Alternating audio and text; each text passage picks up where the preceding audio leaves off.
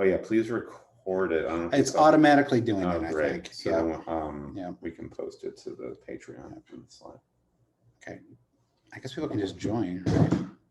So We're just here. Are there other participants? I have to make sure. Oh, whoops. Okay. Admit. Got people. All right, good. All right, I think this is working. Is there like a way I can just admit everybody like all at once? That I don't know. Hey, everybody. Hey, can you guys hear us? Can you guys hear us? Oh, they're all. Guys, I can hear you. Oh, great. Great. Excellent. Hey, James. How's it going? Good. We're just getting up to like, oh, hey, Richard, how's it going? I don't think guys. I've seen your face before. Yeah. Richard, your bedroom looks exactly how I pictured it. Only it's my kitchen, but other than that, yeah. I like that green though. That's nice. I love the photo that you shared earlier today, Richard, of the get together, that is so cool. Yeah, it's our 4th year, I think, with Unique. We live in kind of like we call it like a Prosecco lane. So upper middle class, a few families in this area, and then I've gotten a lot of them to play FPL over the years. Yeah, cool. So yeah, husbands and wives and kids of all ages, like I said. Great. So yeah, it reminded me of in America, that's a big thing with NFL, and they have the draft is a big thing here, and so people get together in August and they do the draft together and all that stuff. So, well, cool. Well, it's nice to see you. We're still working out like all the kinks here. I think we've got it all. Is Michael J. Fox on the line? I see Michael J. Oh, he asked to he muted himself, so we'll let him keep. Yeah, I'm here. All right. Oh, hey, Michael. Hey, James. Or Hey, guys. Jamo. Jamo, I thought- calling in from San Francisco. Yeah, I wanted to make it feel a bit more homely for you guys, and also my room is Wrong actually coast, pigsty, but so we'll take it. on the same country at least. All right, I'm just like making sure I have everyone like admitted as we go here. So, I didn't have like an agenda or anything. Well, I just thought maybe I think the way this is going to go is I think somebody's going to jump in feet first with the Rate My Team, and we're going to start talking about somebody's team, and basically we're probably not going to stop talking after that. I like it. I'm not ready for hardcore FPL though yet. I think we need to ease our way in. Okay, we both shut our laptops down after a day's worth of like real work, so maybe we need an icebreaker. Hey, producer Jim Payne just joined too. Hey, Jim. Hey guys, how you doing? Good. How are you? Great. Good to see you. It's been a while. It has been a while. I know, since we saw you in since Rockefeller Center. Yeah. Got Mike DePietro.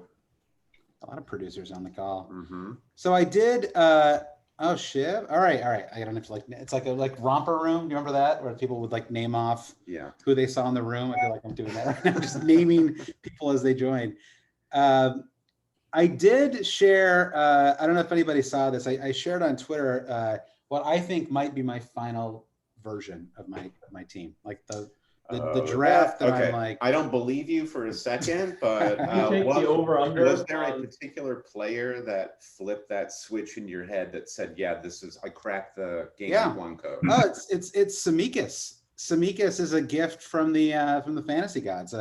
4 million Liverpool defender. He's only going to play for 4 weeks. Like mentally, I know this. I accept this. Yeah. But I just don't think you can pass it up. Possibly, but I believe the Tsimikas hype just because historically there is always a too good to believe 4.5 forward, which is a terrible pick. But there's always a 4.0 defender pick. Like Aaron Wan-Bissaka was this at Crystal Palace. He was good though. Yeah, that's what I'm saying. It's different. Right. It's different with defenders than it is for forwards. Okay. And we are always blessed with one great 4.0 defender. And as a person who just for whatever reason loves Scotland, I hope that Andy Robertson gets well soon. You did pass up the PD Scotch whiskey that I offered you. I did too early. I got a bottle of Lafrague for my birthday. It's like I was finally gonna crack this thing open. So, but Tsimikas was apparently the real deal in the friendly. Was it yesterday that he put on a show? And Klopp came out and singled him out and said that he was great all preseason, and picked up an assist yesterday. They kept a clean sheet. So once I did that, and I just had this kind of lingering feeling. To me, it's game week 2, Norwich City at home Man City home to Norwich, and I just don't want to go into that match without a player, and I really don't like to build a team for game week 1 where I've got like a transfer pre-booked, where it's like I have a player and then kind of no matter what they do, I'm going to transfer them out the next week. I just don't like that style, because if they do well, I will find an excuse not to do it. Like I don't trust myself to do the move that I planned. So I'd rather just start right off the bat. And it's Gundogan. Like KDB's out for a couple weeks. I think he's going to play an advanced role. I just trust him more than Grealish. He's a 0.5 million cheaper. So this was the thought process. So Gundogan is sort of the chaperone of your game week 1 team. Here's the person that you trust to make sure that everybody arrives safely. Yeah, something like that. Wait, Shiv just raised his hand. Do I have to unmute him, or are you just doing that? I think everyone should be able to mute or unmute themselves. I've done hundreds of Zoom meetings. I don't know why this is so complicated. All right, Shiv, you have the conch shell. What's going on? Okay. Is anyone willing to make a market with me to take the over on number of tinkers that Josh has before game week 1 on the current squad he has? Now, it's not changing. It's locked in. I think Gundogan is probably 50-50 at this point, whether he's in Josh's game week 1 squad. So that's my question, Josh, is like, how do you feel about Gundogan's minutes? I think we all tend to fall into this trap where we think we can get into Pep's mind. So what makes you confident you crack the code? Well, who's going to play for him? I mean, if he doesn't play, you have Bernardo Silva who wants to transfer this summer. KDB's out. Grealish is still getting integrated in the side. Sterling isn't quite ready to play yet. I don't really know how you could field a midfield without using. Yeah, I guess by week 2 though, because that's where you're eyeing, right? Week 2, and I feel like by week 2, Grealish could potentially take Gundogan's spot. I guess the risk of that is not zero. To just waste in the backfield. I think. Yeah, I'm going Nathan Ake actually. Brandon's changed my term, turned around. No, I don't see Gundogan as a long-term option, but I actually really like the idea of swapping all of those, the 6.5 midfielders, the 7.5 forwards. I like the idea of moving those around a lot this season. Because the player who is like my sacred, not going to move ever, was Rafinha, and now he's gone. So I don't know what happened there. I don't know what changed over the last. I guess he hasn't done anything in preseason, and I think that's what threw me off a little bit. Does he have an assist or a goal? I don't think he's done anything. So that was really the decider. I have an anti-linchpin player. So you felt like you figured out your game week 1 squad with Gundogan. I feel like I figured out my game week 1 squad by getting rid of a player. Okay. So I want a show of hands in the Zoom who like me currently does not have Trent Alexander-Arnold in their game week 1 squad. Whoa. Only one. I'm going to assume that everyone who doesn't have an image up also has Trent. Okay. I know it's a bad idea. Steve's hands were in his I was in his hands for a second there. I can hear the Imperial March happening in Boston Prop Screen too. I feel like it's a bad idea, but it's the one version where I have everybody that I want. Okay, so let's hear it. I'm not totally. I don't think there's any outside of Mo Salah. I don't know if there's any one player who you just can't go without. So you can see my new draft here on my iPad, Josh. So I've got Bachman, and I'm actually coming around. Can you hold it up so people can see it? Sure. Yeah. I don't know if that's going to work or not. Okay, let's try this. Okay, we've got Bachman there in goal. I'm definitely coming around to the Sanchez way of thinking. And now I can't even see who I have. Soufal, Diaz, Veltman.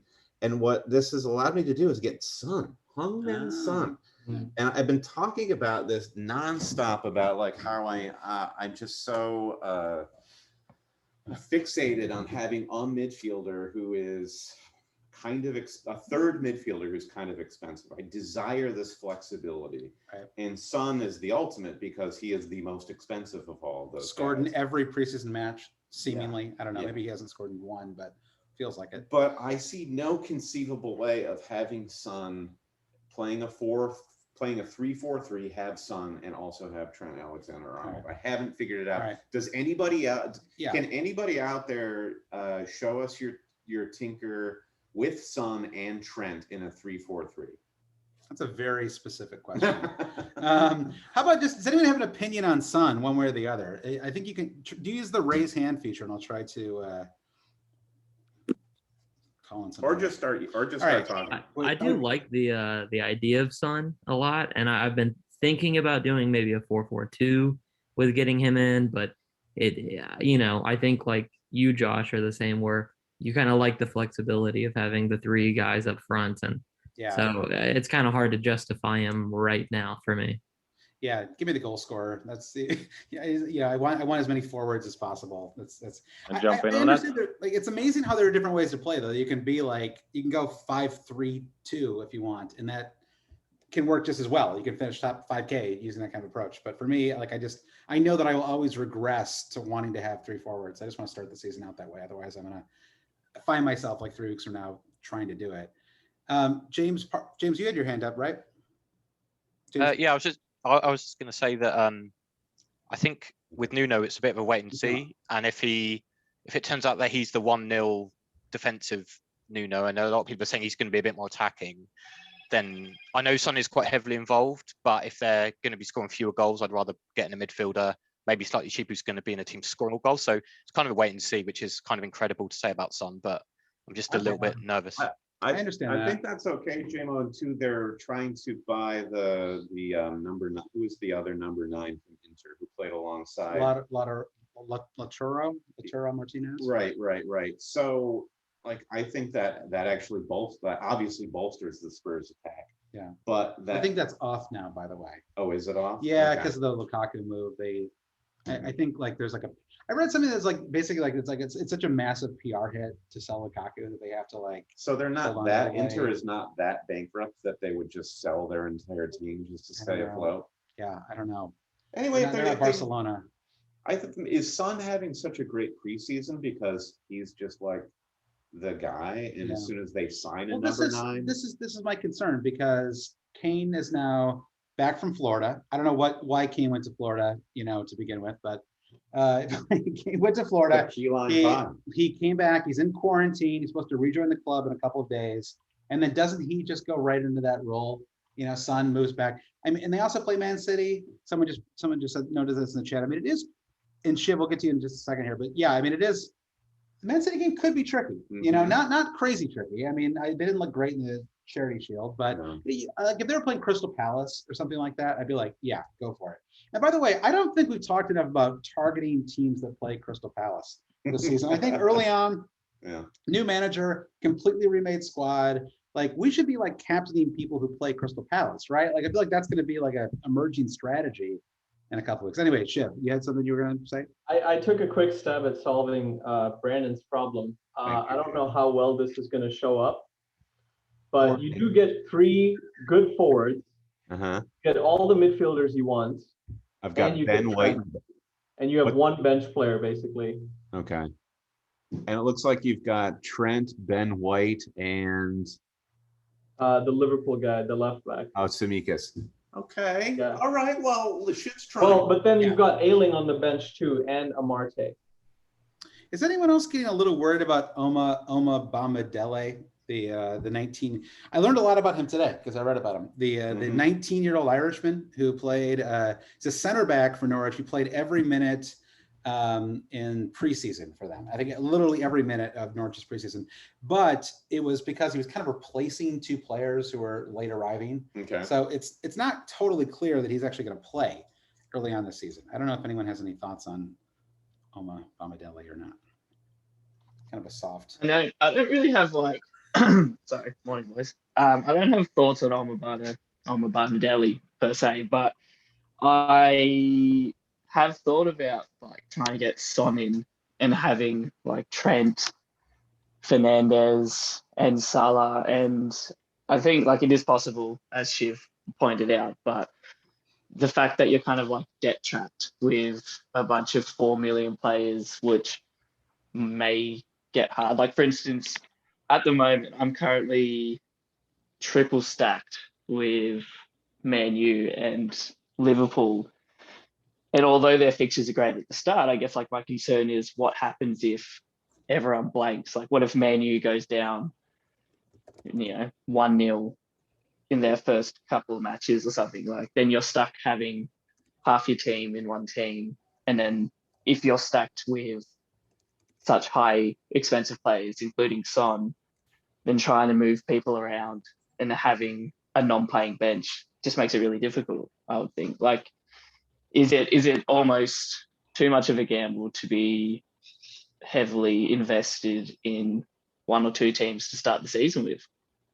Well, my thought on that, I think it's a good question, is if you're talking about top 4, top 6 teams, even if Manchester United, for example, lose their first few games, this is a top 4 team.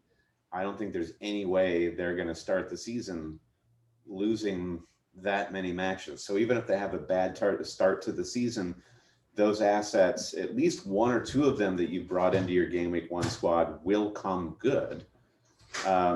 So my concern wouldn't be, are these bad picks and am I overinvested? My only concern would be popular picks being sold off and you losing value on some of them.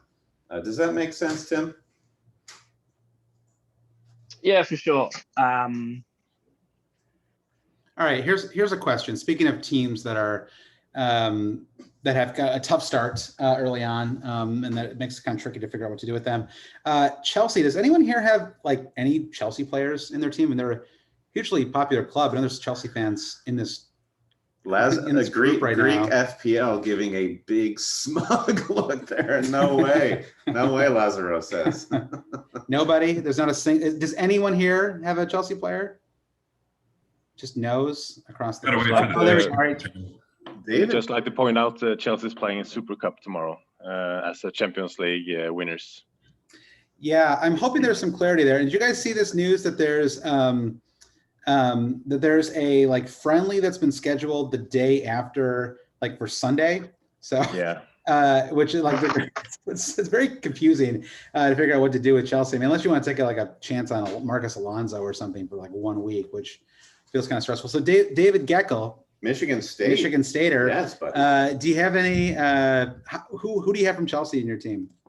Right now I have Aspi because he feels like the only Chelsea player that like doesn't get rotated, and I'm not a big fan of new manager and then like the entire team for Palace is like new, so I really do want to get more Chelsea in, but it just seems like too big of a risk until we kind of see what happens when Lukaku gets in, or how, if Havertz is more of a false 9. Yeah. Why am I not more excited about Lukaku? There must be people in this group thread who are very excited about him. Me, I'm way excited. Are you? Yes. Because they had him and they let him go, and then they can just sign him for $100 million 5 years later. It's like, how about develop the guy? Any Wilco? Maybe I'm a BLCista. Any Wilco fans out there? This is like when Warner Brothers sold the rights to Yankee Hotel Foxtrot, only to buy it back. Anybody else watch that documentary? I'm Trying to Break Your Heart. That's a good one. Yeah. I got that CD at the library. No, Lukaku is going to boss the league, and Chelsea very well might win the league. And I think the appealing thing about Lukaku too is I see him as a Harry Kane-esque FPL asset in that he's not going to get rested or rotated all that. This is shocking to me. Yeah. I totally disagree. You disagree? I like it. I like it when we disagree. We don't often disagree on this stuff. I mean, I think it's the one of a kind nature of what Lukaku brings to the Chelsea setup, where, I mean, if any manager is going to try and ask his team to play 3 or 4 different formations over the course of the season, I guess it's him. Yeah. But if you're playing with Lukaku, you're probably playing 1 or 2 different formations, and he's going to be integral to every single one of them. No, that's my theory anyway. I guess, again, yeah, that's like a practical response, which I do get. I mean, to me, it's just like mediocre to good FPL asset, leaves for a inferior league, does well in the inferior league, comes back to the Premier League, and to me, he comes back to being that mediocre to inferior asset. Like, I know he lost some weight or whatever. Entire time at Everton, where he basically that was like 6 years ago. All right, Alan, Boston Prof. I see a hand. So I think if you look at the stats from last year, Chelsea's XG was so high, and Werner was just screwing all his chances. Yeah. Mason Mount would have had like 20 extra points if Werner could score goals. So they went out there to get a finisher, somebody who can actually convert an XG into a G. Lukaku, I don't certainly follow foreign football, but you know, he seems to be the guy who can get on and actually score the goals that you're meant to score. So I wasn't a super big fan of him when he was the player of the season before, watching him in the Premier League. But I think that's the reason, is they need to kind of reduce that gap between all of the chances they're getting and the actual output. So I like that point, Prof, because now with Lukaku, suddenly all these other Chelsea players become interesting too. Whereas Timo was kind of screwing up the fantasy chances of Chelsea the entire time. Yeah. So it's a weird thing, that whole team. I don't really know how to assess them. I mean, they were rotated so much early on. They got a terrible start. Like almost everyone in the squad came back late. Timo Werner is like a complete enigma, you know. It's like he was good. Like I saw him score like 4 goals once for RB Leipzig, like in a match, you know. Like clearly he's talented, and he's just in his head a little too much. I like it because I think he's neurotic, and I am too. So I identify with him. I think I would be self-conscious on the pitch as well, and it would make it hard for me to score it's goals. The way he's always doing this hair, like you can he's got like an OCD. Murata used to do that too. Yeah, if you're touching your hair too much, that's a sign that Lukaku, no hair. So there you go. Maybe that's Murata is getting away with it. The fact that Murata was the bigger, if you take the calendar year, who's the bigger disaster, Timo Werner or Alvaro Murata? The fact that we're not talking, maybe if we were La Liga fantasy players, we'd be laughing at Murata more now than we are. Scored a couple goals for Spain this summer, right? Pep Guardiola is pretty neurotic, and he doesn't have any hair, so maybe this puts he pulled it all out, Shiv. It's all gone. All right, James P has a question. What's up, James? Well, actually, I was gonna make a point about Timo and Chelsea. Well, one, I feel like Chelsea is now the new Man City. This was sort of my question for the pod, is like Man City rotates super heavily, Chelsea rotates super heavily. If Manchester United gets their full roster, they're gonna rotate heavily. Yeah. Has there ever been a time in the league when like every top 4 team is gonna play 18 players? And then my thought about Timo is, okay, if Timo last year scored, let's say 15 or 16 goals, but his XG was 10, we would all be sitting here being like, oh, that's going to come down. He was lucky. He's going to come back toward the mean. But his XG is super high and his G is super low. Nobody's like, oh, yep, he's going to come up. It's going to click and he's going to come back. He's going to, instead of regressing to the mean, he's going to aggress towards the mean. Yeah, right. Like, you're not a mathematician. We get it, James. Yeah, no, definitely not. But, you know, why is nobody, I mean, I guess with Lukaku, we assume that is Timo just not going to play? Like, that's a good question. I mean, Timo can play in the left, so I guess. I agree, and I agree with what you're saying, James, and it goes back to what Boston Prof was saying, is somehow the theory would be Lukaku comes in and just lifts up everyone else around him, and it probably does help Timo too. I don't think we ever saw Timo play in a natural position for him at all last season. Maybe we did. I frankly don't know. Well, I mean, he started the season at center forward, right, under Lampard. Yeah. I mean, but yeah, I think his preference would be out left, and now he probably gets to do that a little bit more. And I mean, Leipzig have like a kind of different style, right? Because don't they play? They had more like a 2-striker formation, right? Because he played with was it Yusuf Poulsen, right? They played. Yeah. So I don't know. Like I'm like reaching the very edge of my Bundesliga knowledge with that Yusuf Poulsen poll. So there's a question from somebody up here that I saw a minute ago, Andrew Searles, about Tony, and I still have Tony in my team. I started to like waver a little bit, just because I realized if I went from Gundogan to Rafinha, for example, I could go from Tony to, I don't know, Ollie Watkins if he's healthy, something like that. But I'm still on Tony, and it's like I just love the narrative part of it. Like I can't tell if I'm falling in love with the narrative or it's just that he is a good asset. I'm having the final week jitters with him a little bit. So if anyone has a strong feeling on Tony, let's get another show of hands on who has Tony in their squad right now. Okay, many more people than did not have Trent. Jim Payne, hand did not raise. I saw that. A couple others too. Daniel Brubaker, no hand either. So, give us your case. Oh, okay. He's in. Jim, what's your case against Brentford and yeah? Why do you hate Brentford so much, Jim? That's. I have no case to withhold from taking him, and now I've making a note. I need to check him out better. Yeah, fantastic.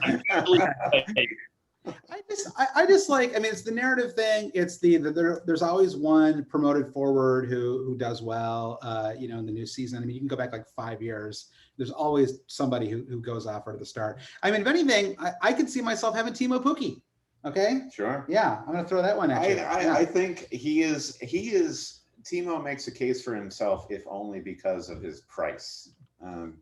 Because I think Tony is more appealing than he probably ought to be because he is as cheap as he is, and then Timo is just that much cheaper. And we've actually seen Timo play in the Premier League before, for better, for worse, but there is better there. So sorry, my 4-year-old is lurking around the edges of this conversation. Like, yeah, that's exactly why I chose Pookie over Tony.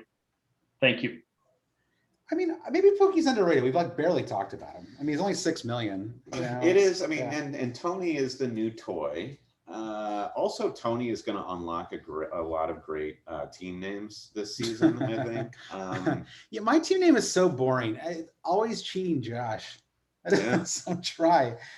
Well, I thought about Breakthrough Infection FC. I thought that could be I tried. I think you might get flagged because my team name at the start of last season was Cure for COVID, and I don't know why. It's like gallows humor. I don't know why my brain went there, but yeah. So my team name was all caps change name for a long time because that's the automated when the system flags you. Yeah. I was trying to discover a cure for the disease. Well, I mean, clearly it's a very serious disease, but it's like, yes, we like to laugh and make fun in the face of it. Yeah. Why did I even bring this up? I don't know. Does anyone have a really good team name that they're proud of out there? Speaking of Tony, I've got Tony Soprano's Ducks. So for any fans out there. All right, Andrew. So it's Tony's Soprano. Yeah. I keep wanting to make for all those who came of age in the early '90s a Tony reference. Sure. And that's the clear one. Right? Yeah. Right. We need Luca Toni from the old Italian squad to emerge from retirement to help me out there. All right, somebody can beat Andrew's team name, I think. Maybe somebody has a team name. Poor Andrew. Maybe somebody has a team name referencing The Wire, like all HBO golden age of TV references. Omar.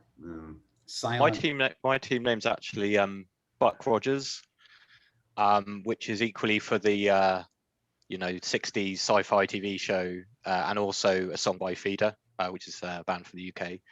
And I don't really know why I chose it, but I just never. It's like superstition. I have to have that team name, even if I come up with a better one.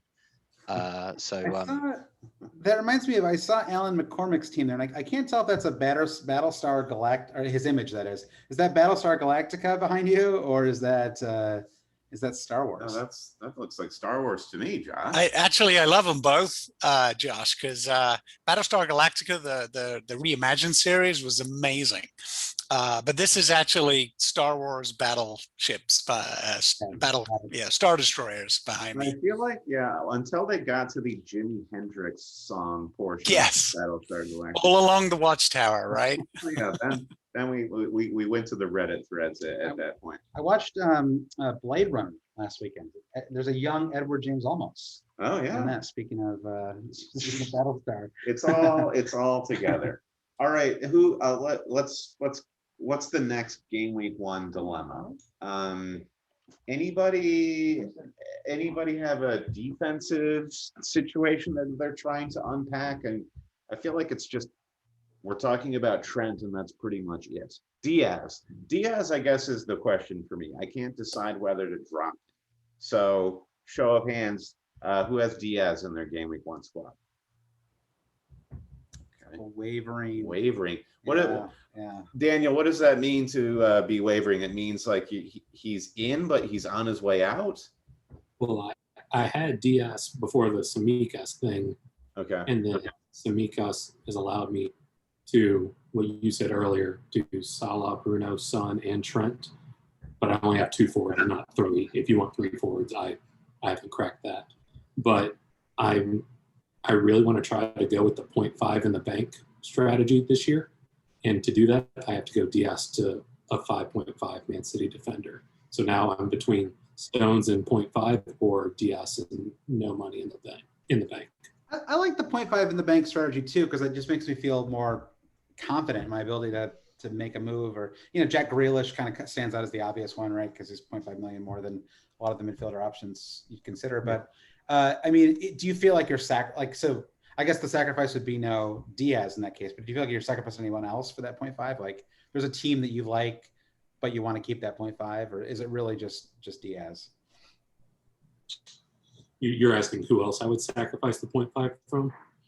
I guess so. I mean, is the 0.5, if you weren't going to use that 0.5, you would have Diaz?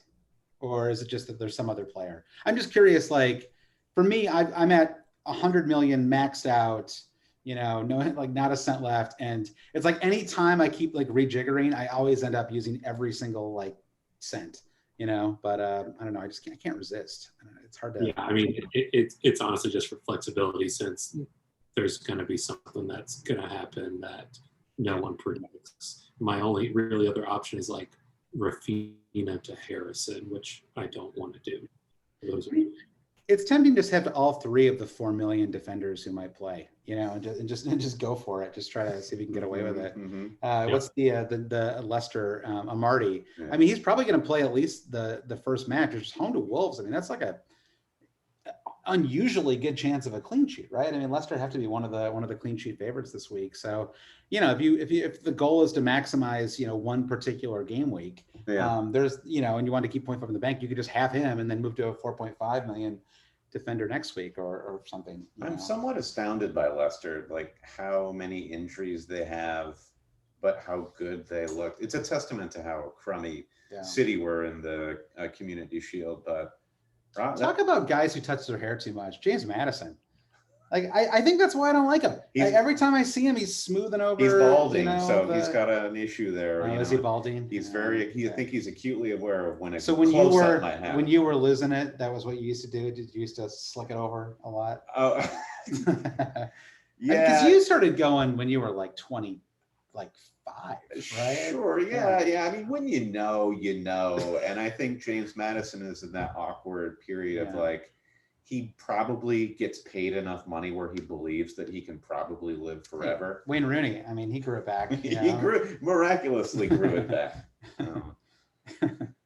Yeah. Anyway, sorry. It's like COVID and you losing your hair. Those are 2 dead ends that I try to avoid conversationally. All right. So does anyone have like a, we can do like a Q&A kind of thing here too. Question in the defense.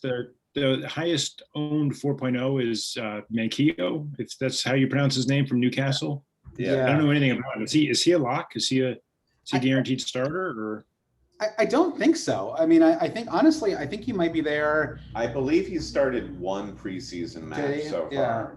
And I would say I don't know if the Liverpool connection makes him more popular or something. I don't think he's I think he's less of a lock than the other players were talking about. It's like, okay, maybe Manquillo gets more minutes than Amarty or Samikas over the course of a season, but for the first month, I'd be far more confident that Amarty and Samikas at Liverpool get more minutes than Manquillo, if that makes sense. Yeah, I actually was playing around earlier today, and I had 4 million left and 1 defender spot left, and I hit auto pick, and it defaulted to Manquillo. So I'm assuming that at least part of his ownership is just auto pick bias, you know. Yeah, that's exactly what I was going to say, Shiv, is I think that sometimes the game auto picks and then that player ends up with like a 2 or 3% ownership and everyone's like, oh, well, everybody's got that guy because he's 2% higher than every other 4.0. So then his ownership grows to like 5. This happens with goalkeepers, right? The 4.0 goalkeeper, the one that's got like 20% ownership over all the other 4.0s for no reason. I had a question about that, guys. Maybe technically you could answer this. I heard somebody saying they didn't want to have Foster as their 4.0 backup goalkeeper because they were worried that if people start selling him, the price would drop and then you'd be left with a 3.9 goalkeeper. I think I said that. Yeah. Okay. So is that a thing, or because I couldn't quite work it out, right? Yeah, is that likely to happen? So should you? Sure. I think he's the most popular 4 million keeper, and people are going to start wildcarding immediately. Like we're going to game week 2, people are going to start wildcarding, and he's going to be one of the first to go, I suspect. I mean, I don't know, like how much would he fall realistically? 0.1, 0.2. Maybe it doesn't really matter. Wildcards don't affect price changes, though. Well, that's true. Yeah, but people will also just move players, like Agreed. especially like new managers. People don't. I mean, I remember my first couple of years, I had no idea what I was doing, and I would just like take -12s and whatever. It's like, so I wouldn't be too. Sorry. So I got a little 4-year-old running around behind me, so I got a little distracted for a second there. Yeah, I mean, I don't know. I think it's probably fine. I mean, realistically, isn't it interesting? I feel like 5 years ago, we always had 4.5 million like rotating keepers, right? Or you had an expensive one, like a 5.5. Yeah. And now it feels like the strategy is completely shifted, where it's 4.1 starting 4.5 and nobody else. And I feel like that's what I see like more than almost anything. And I guess I'm talking about like the kind of engaged template. Have we aged enough with that cohort that now the logic behind 2 4.5 goalkeepers is that you rotate them, and people who have been playing for 5 to 10 years have now discovered that is like a quick way to just aggravate yourself because you're always leaving the clean sheet on the bench. So if you're going to go for a bargain basement keeper, just go with one and lock yourself into that guy every week, so that you don't have to like have the anguish. But isn't that so defeatist, right? Like, shouldn't you be able to put together a rotation and at least try, like, give yourself an extra 0.5 million and just like see if you can get away? I don't know. I mean, is anyone here rotating 4.5 million keepers? Not at all. Well, I just want to say I had a draft team last year where I had Patricio and Melier, and I'm a Leeds fan, so I'm already like worried about jinxing Leeds. But I definitely got that decision wrong 75% of the time. So I just go with one keeper and say, it is what it is. It is hard to get right. Matthew G. I saw a hand raised there. There you are, up in the top there. Yeah. So the toughest question for me, I won't ask. It's Tsimikas versus Jota, but the second one is I'm kind of going with the like 3 mid-price forwards with like it's going to be Tony +2, but as far as I can count, like Ings, Bamford, Antonio, Wilson, Iheanacho, Watkins, like there's 6 pretty decent options there. I'm struggling every day. I pick like a different 2, and I never feel comfortable. So I was kind of curious, like you guys in the group, if you had to pick 2 forwards to complement Tony, who would you go with? Well, I'll start things off, and then everyone feel free to jump in. I think Tony is going to be fun. He's the new toy, but there is something slightly unpredictable because we haven't seen him play in the Premier League. So I'm supplementing him with some known quantities, Bamford and Ings, and I'm kind of going the higher end of those mid-price guys. But I like Tony, Ings, and Bamford. It's funny how I made like this like extended case for going without Antonio, that he was kind of overrated. And like now he's like the one player I can't really see myself moving. I like the price point. I like the fact that he's done really well in the preseason, and they have great fixtures. So, and you can just ignore this. The fixtures are great for West Ham. It's true. I don't know that I could argue pick Ings or Bamford over Antonio. That's just kind of a personal choice. Yeah. And Iheanacho, like I love him, but we're I guess worried about him starting. But what do you guys think of him? Well, now so we had a someone reached out to me on Twitter who's like he has some kind of like Leicester connection. He like said he volunteered to be our Leicester like go-to person, and he was basically just like that. It was really honestly that he was that when Barnes went down, that he was filling the spot, and that that Rodgers really does prefer like a 4-2-3-1, and that it's just he just doesn't think that Iheanacho functions as well as a on the right wing, and so it's very, even though they played really well and he did really well when he started, that it's just not, he doesn't fit into Rodgers' style well enough, and so at least at the moment he's going to be in kind of a backup role as like a super sub. I don't know, maybe that changes, but he made a pretty compelling case. And I'm kind of like giving like the elevator version of it, but that was, I read it and I was like, okay, I just can't have Iheanacho now because I just didn't trust that. What a nightmare for Iheanacho. How low does he have to go? Like how low in the table does he have to go to get a regular starting spot? I was on his transfer market. I'm on transfer market like a good 2 hours a day. I'm just like, I love it. I'm on so much, but his transfer market sell on value is like 25 million. Like I cannot believe some team didn't make like a big like push for him, because it just feels like he could. I mean, like, how is what's his name? Who's the Chelsea one-away forward? Tammy Abraham. He's like a 40 million forward, and Iheanacho's 25 million. I think I'd rather have Iheanacho. I feel like he's like a better passer. Now Abraham rumored to go to Roma. Is that right? Arsenal, I've seen too. Okay, I need the Arsenal move to happen because then, Matt, we've got another cheap option. We've got 6.5 Tony and we've got 6.5 Abraham. I think if that Arsenal move comes off, that Abraham is going to be hard to resist. And I think then that's going to be a very popular front three, Tony, Abraham, and Lukaku. That makes sense. I mean, with him kind of enabling the Lukaku price. So is anyone, I mean, I'd actually be curious. Like, I mean, I have Bamford right now over Ings, but if anyone wanted to like raise their hand or chime in with like a forward that they just feel like they're absolutely 100% going to have, like, it doesn't necessarily be someone we're overlooking, but like if you just like really feel like Ings or Bamford or whoever is like the absolute pick, or Antonio for that matter, I'd be interested to know who you're opting for. Timbo.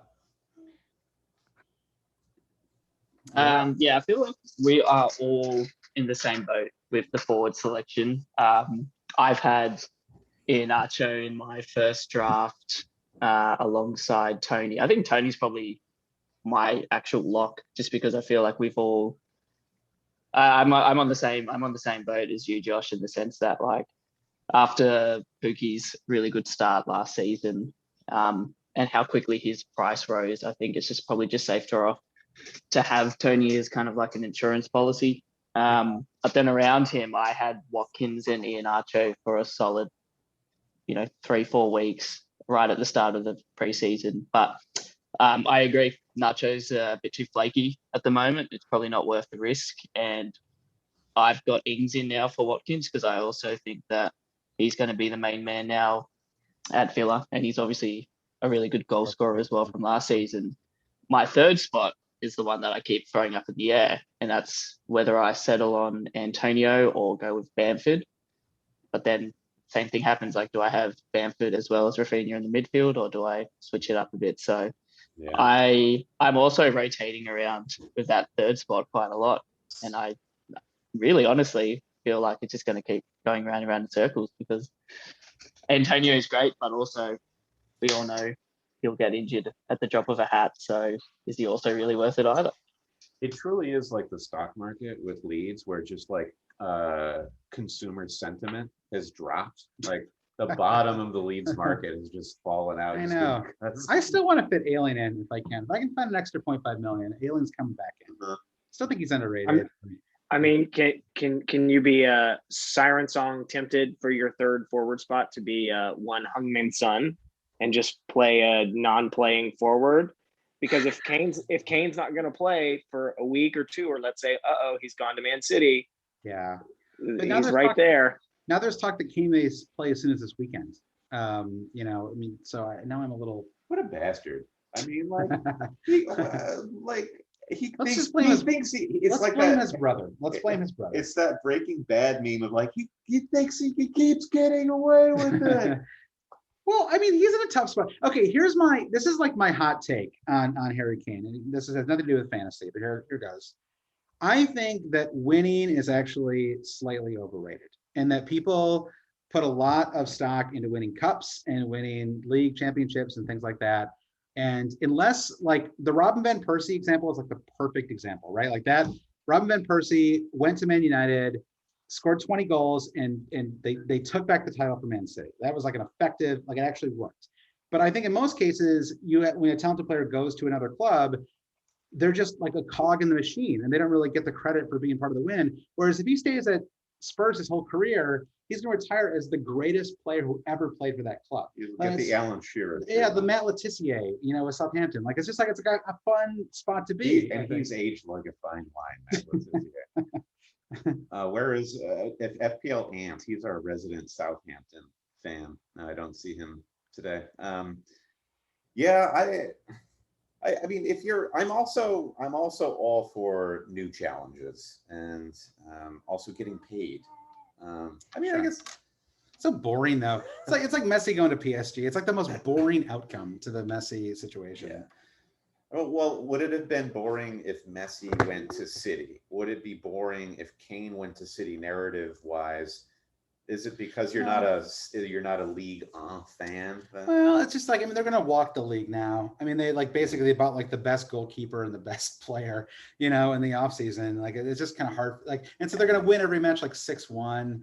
And then they're, you know, the Champions League, they're going to easily qualify for whatever group they end up in. Yeah. So he's not going to play an important match until like March of this year. How many Suicide Squad memes are going to be made around PSG this season? Yeah, exactly. I mean, it's just like it feels like a, you know, that ragtag bunch of, and they're all in freeze too, which is like the crazy. How did Donnarumma not get re-signed just so that they could sell him on for money? It's bizarre to me. I need a simmer down now gag around him. Yeah. All right, so goalkeepers. Off topic. Goalkeepers. This is boring, and we can go back to talking about strikers in a minute, but I want to take an informal poll of who's got who in goal. Bachmann owners, raise your hand, and then we'll do Sanchez owners. So Bachmann people. Okay, just a mod of showing. Sanchez. Okay, a little more enthusiasm there. Who's gone for a more expensive GK, more expensive than 4.5? Any Melier owners? Steve's got somebody. Who do you have, Steve? Got Martinez, but I'm tinkering with dropping him down to fund other stuff. I'm wavering on that. Yeah, I think Martinez is such incredible ownership in the game right now, but I think the consensus is he's a little too expensive. If he was 5 million, I would have him too. I don't know why that 0.5 just feels like too much. Like it's just hard to justify. But I mean, honestly, like you can make an argument for him, right? That defense is about as settled as any defense goes. Mm-hmm. They have quality backups. They have an easy run of fixtures for the season. I don't know. It's just like, I guess I just want that extra million to spend in my midfield or forward line. Yeah, he's a save machine. I'm stuck in the other direction compared to what you guys keep pitching, which is that third forward. I mean, Tony, I'm scared to go without Tony because everybody has him, and if he scores, it's going to be so exciting. But somebody mentioned the term insurance policy. I don't know how many games until you ditch him if he's not scoring. I'm still in the mode of take the 2 million, downgrade him. I get the whole rest of my team great. I've got one non-playing player, and I've got 2 strong subs, and I got 2 million sprinkled around to make everything, better. So I basically have one dead spot on the whole roster. I was thinking about Tony a second ago when I think it was Timbo talking about how like the move is to get him early in case of like a big price rise. But I mean, if anyone's going to fall early, it's going to be him, right? Like, if Tony, a blank and a yellow card, Tony's price is going to drop by 0.1. So I was just thinking, if he gets a 1 point on 72 minutes of match time, he's going to be the most sold player in game week 1, especially because like Pookie's going to go for a brace or something, like you know, inexplicably. Yeah. In game week 1. I keep going back to the Bachmann GK. I keep thinking about that friendly where Watford got completely annihilated by Crystal Palace. So if we were talking earlier about how Crystal Palace is a team to target, actually maybe Watford is the team to target. Like all of this hype about their defense, they might just be worse than Norwich this season. That is a reality that we have to be prepared for. So for this reason, I'm getting a little scared of Bachmann. It's like you don't know what he looks like. You've never seen him play. I couldn't pick him out of a lineup. It's true. Yeah, it's true.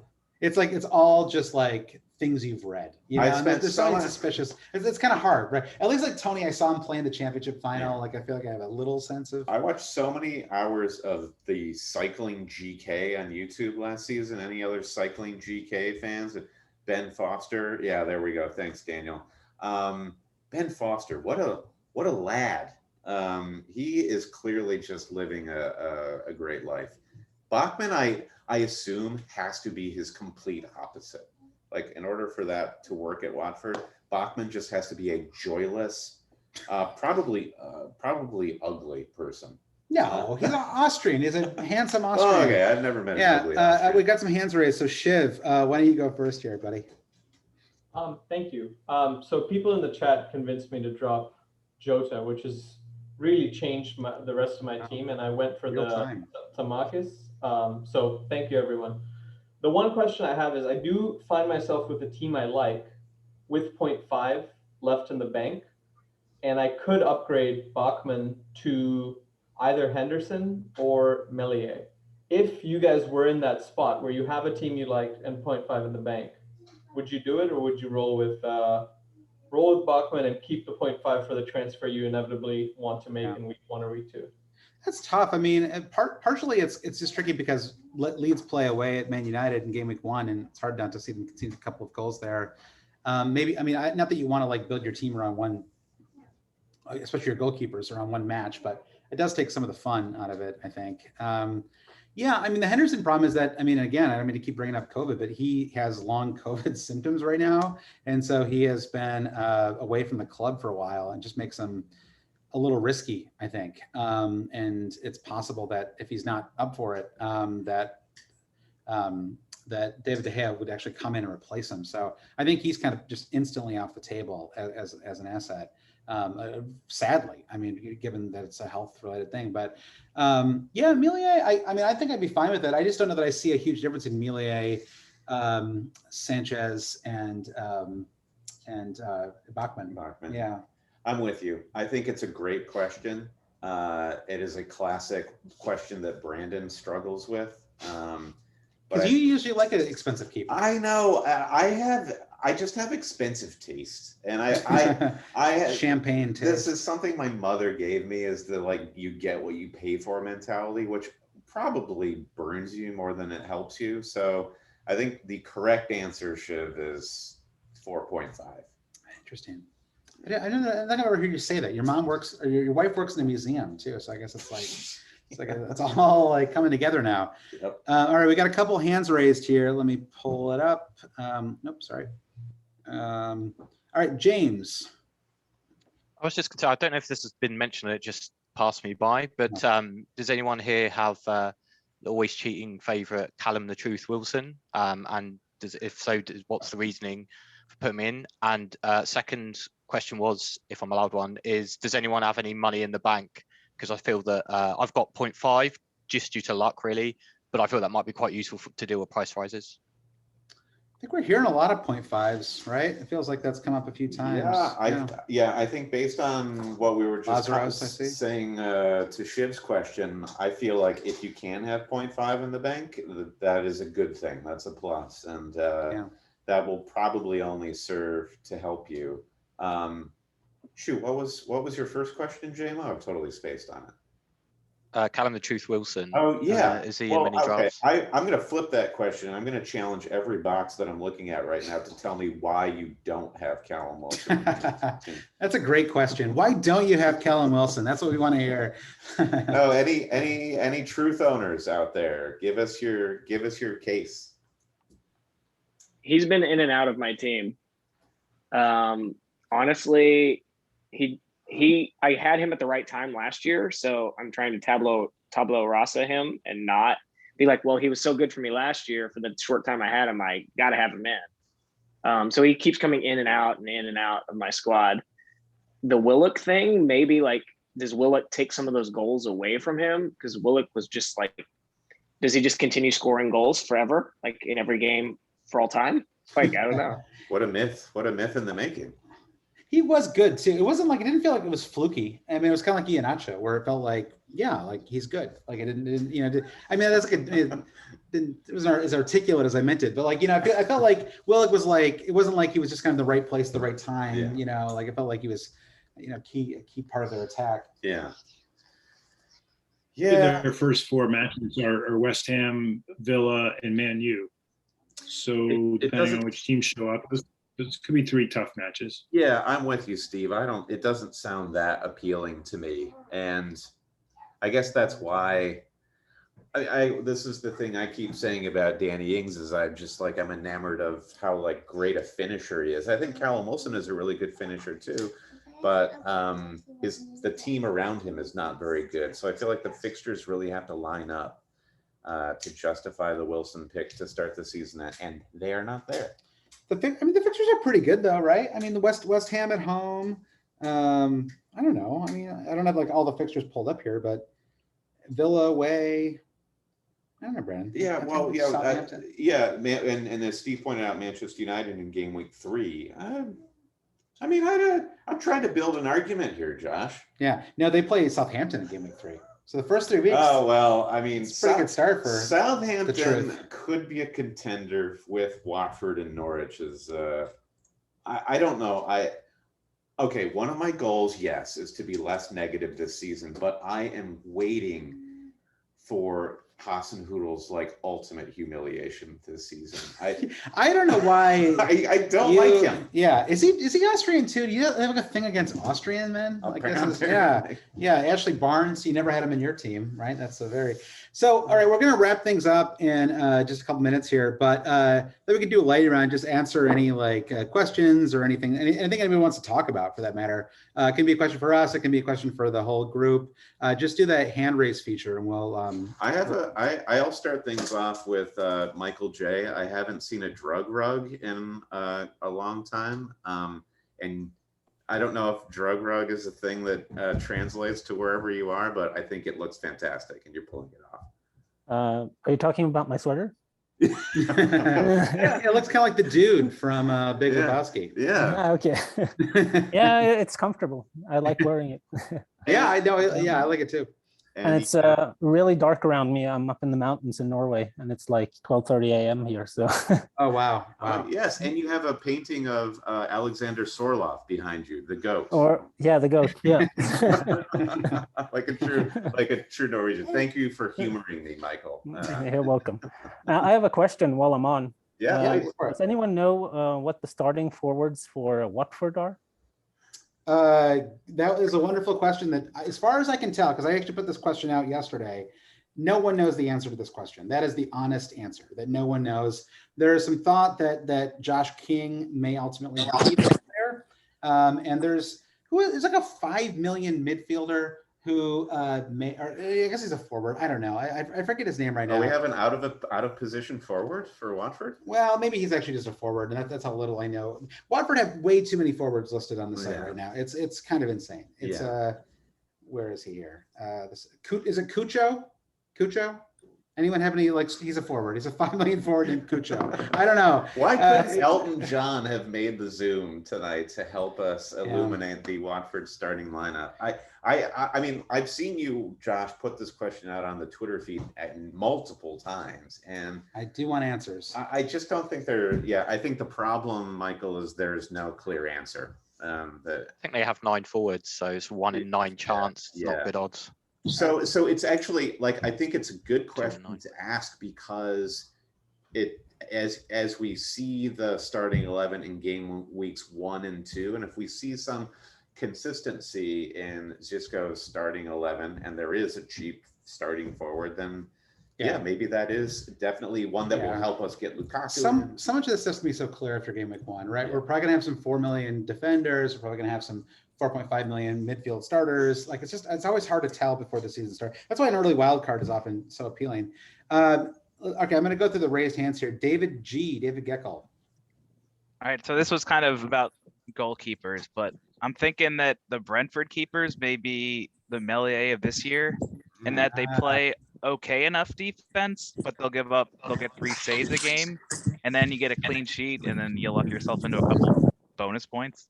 That is true. No one's talking about Brentford, and they're actually supposed to be pretty strong defensively, right? Like, I mean, yeah, they have a Fulhamness about them. I mean, they're another West London club, but they do the data-led transfers, and they are known for trying to play football front to back and keep the ball on the ground. It is the classic type of promoted team like Fulham last season that will find themselves having to play a little more sturdy defense as the season goes. So and shoot, and I'm blanking on his name, who went to West Ham, Fulham's goalkeeper from last year. Areola. Yeah, and he was great. He was great for save points at many points during the season. So I don't dislike it at all. That'll be an interesting pick if he supplants Fabianski at some point. Yes. All right, a couple more questions here, and then we're gonna end things. Jim Payne. Jim Payne, you got a chance here. You're on the line, Jim. Jim looks like he froze. All right, Vinyl Richie. Yeah, it was pointed out how big of a factor that captaincy will play over the season. It's 20-25% of your total points. Have you thought about it's pretty straightforward the first 6 weeks. Only game week 3 is I haven't decided on it on myself. I was wondering if anyone else has any thoughts on game week 3 captaincy. Is it Spurs, and who is it then? Or is it maybe Leicester away to Norwich? Could Barnes be an outside pick? Richie is light where I am. Yeah, game week 3 captaincy. That's a good question. I mean, I guess honestly, no. I don't have a strong answer to that yet. But yeah, maybe Liverpool, just solid. Let me look at these fixtures. Liverpool, Chelsea. I remember having the back end of a triple captain of Mo Salah against Chelsea. Did not work out. Well, so the answer to your question, Richie, is where are we with Spurs come game week 3? Because they are home Watford. So it's like the specter of Son and what is going to happen with Kane, I think, looms over that game week. Also Bruno against Wolves. So I think it's between Spurs and Bruno against Wolves. Yeah, thanks. I think it also comes back to the flexibility discussion at the beginning. I mean, you have to be flexible to get it and to be able to move 1 or 2 transfers and get the players you want. I think I guess it's really tied to the captaincy a little bit, but I'm sort of like making peace with having a really template team in game week 1 or very close to it, and I'm just the analogy that I've been trying to formulate is basically like it's like the way like Daniel Negreanu or like some of these like players who like love to play post flop. They're like they just want to limp into as many hands as possible, right? This is a poker reference. Because once they're in the hand, they sort of trust themselves to make adjustments, as needed, and sort of play the situation, as it pops up. And I think if you start off in a very template, all right, if you start off in a very template way, I think that it covers you, for anybody who does extraordinarily well, and then you can sort of trust yourself to adjust very quickly. Once just trust your own instincts, right? Like if you see, let's say like Brian Mbeumo goes off for Brentford on Friday. He just looks like a fantastic asset, right? Like that is like the kind of player that you could get in game week 2 who could really pay off, right?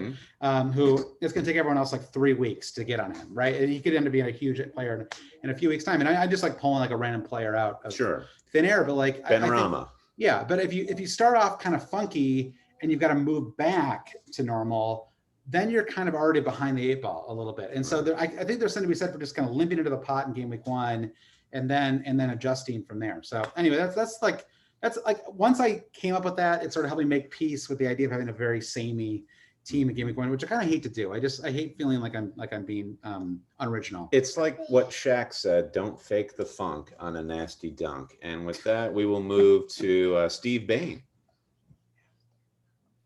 Are you guys thinking about Black Horse anytime soon? Saturday. Yes. Yeah, I won't be there. Josh will be there this Saturday. I will be there for game week 2 on account of our Vegas trip got nixed because of the Delta variant. So terrible. I was on the phone with the flight people today trying to get our a credit, like just another COVID casualty, unfortunately. Yeah. But whatever. I mean, we're it's fine, but it's a bummer. That question made me feel happy, Steve. I like thinking about the Black Horse. I made it bad. All right, Chris, you're up. Morning. Sorry, I'm late, so you might have already talked about this, but anyone going with any City players? I have Diaz at the moment, and I haven't been able to convince myself of anyone else. I'm not in the Mahrez camp, but Josh, you're on Gundogan. I'm on Gundogan at the moment. Yeah. Yeah, I'm on Gundogan as well. Yeah, I kind of talked myself into him the last couple of days. I wonder if he's actually going to become increasingly popular, and I just really like having somebody in that 7.5 million slot because there's so much flexibility there. I mean, I could see him turning to Rafinha very easily in a couple weeks' time, but I like his first 2 matches a little bit more than Rafinha. Yeah. Although I do have Bamford, so I feel like I kind of have less to cover. All right, I think this is the last question. Timbo. Lucky last fellas. Just a simple one: Luke Shaw or Vladimir Kufal? I have Shaw, so I guess I'll say Shaw.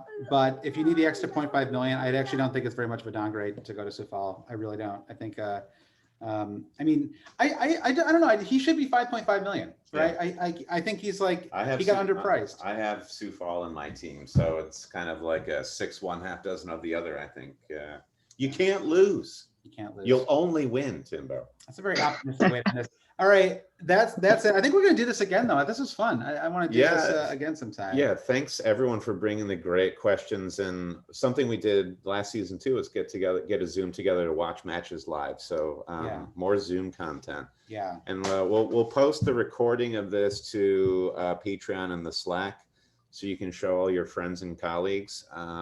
But mostly so people who couldn't make it can watch back. Yeah, so we'll post it there. But yeah, thanks everybody for joining us. And I'm going to do a short Patreon pod on Thursday, so we'll do another bit of content there. And then, good luck this weekend. We'll be back with the normal pod on Sunday. Thanks, guys. Good luck, everybody. Bye, everybody. Bye. Good luck, everyone. Have a good one. Bye. Cheers, guys. Good luck. Cheers.